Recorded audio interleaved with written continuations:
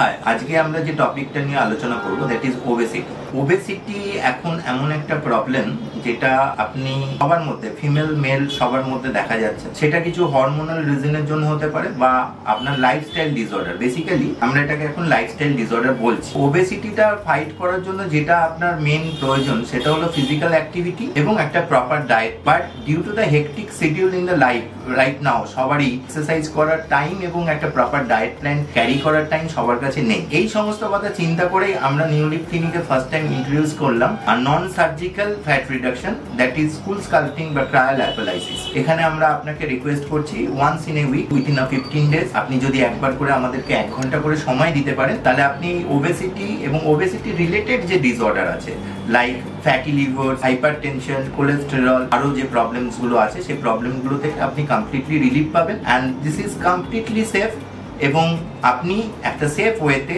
আপনার ফ্যাট যেগুলো আছে সেগুলো লাইপোলাইটিক প্রসেসে লিমফ্যাটিক ড্রেনেজের মাধ্যমে বডি থেকে প্রসেস আউট করতে পারেন।